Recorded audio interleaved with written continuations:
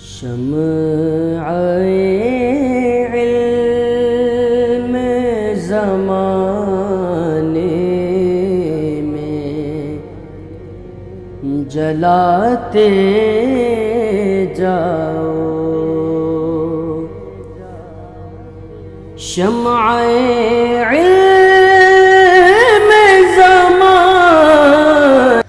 اعوذ باللہ من الشیطان الرجیم، بسم اللہ الرحمن الرحیم۔ ناظرین کرام السلام علیکم ورحمۃ اللہ وبرکاتہ۔ انشاءاللہ تبارک و تعالی آج ہم لوگ پڑھیں گے شرح میعات عامل کے النوع الحادی عشر۔ اب تک جو ہے اس سلسلے میں ہم لوگ تقریباً 40 ویڈیوز بنا چکے ہیں۔ انشاءاللہ تبارک و تعالی یہ ہوگا ہمارا پارٹ نمبر 41۔ ہم بات کر رہے ہیں قاعدہ کے بارے میں۔ قاعدہ کے بارے میں اس سے پہلے والی عبارت میں نے آپ کو بتایا کہ بعض نے کہا کہ اس میں حرف نفی مطلقاً نفی کا فائدہ دیتا ہے کیونکہ اختلاف بیان کر رہے ہیں، تو اب یہاں پر بعض نحویوں کا یہ کہنا ہے، جو آج کی عبارت ہے اس میں بعض نحویوں کا یہ کہنا ہے کہ حرف نفی کا فائدہ نہیں دیتا، کیونکہ میں نے کہا تھا کہ اس پر داخل ہوتا ہے نہیں ہوتا، اور جو ہے نا وہ نفی کا فائدہ دیتا ہے نہیں دیتا، اس میں جو ہے وہ اختلاف ہے۔ پہلا والا قول میں نے آپ کو بتایا، اب دوسرا والا بعض نحویوں کا یہ بھی قول ہے، اور اس سے پہلے والا جو قول ہے وہ بعض نحویوں کا ہے۔ تو آج کی جو عبارت ہے وہ قال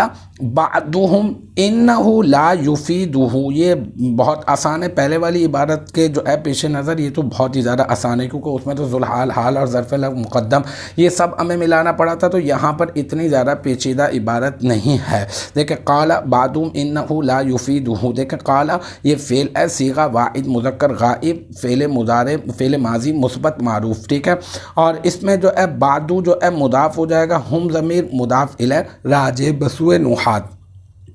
مضاف الیہ، ٹھیک ہے، پھر مضاف اپنے مضاف الیہ سے مل کر مرکب اضافی ہو کر قال فعل کا فاعل بن جائے گا، پھر انہ لا یفیدہ، یہ انہ حرف مشبہ بالفعل، اب اس کا اسم کیا ہوگا، ہو ضمیر جو ہے یہ اس کا اسم بن جائے گی، ٹھیک ہے نا، اور ہو ضمیر راجع بسوء قاعدہ ہو جائے گی، یہ بن جائے گی انہ کا حرف مشبہ بالفعل کا اسم، پھر لا یفیدہ یہ صیغہ واحد مذکر غائب فعل مضارع مثبت معروف ہے نا، اور اس میں جو ہے ہوا ضمیر مرفوع متصل مستتر جو ہے وہ اس کا فاعل، اور پھر فعل مضارع منفی معروف ہے نا، یہ منفی معروف، اور پھر